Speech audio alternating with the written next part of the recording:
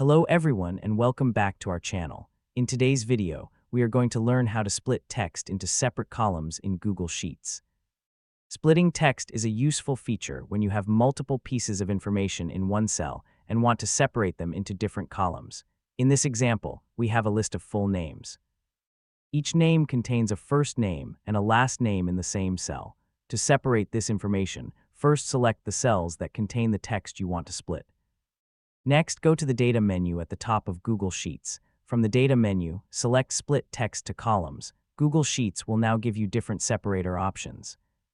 Since the names in our example are separated by a space, select Space as the separator. Google Sheets will automatically split the text into separate columns.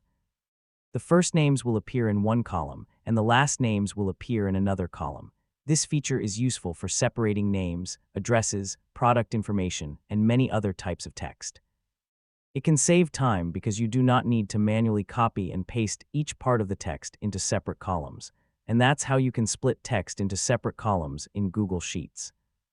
Thank you for watching this guide. Don't forget to like, subscribe, and follow for more helpful Google Sheets tutorials and technology guides. See you in the next video.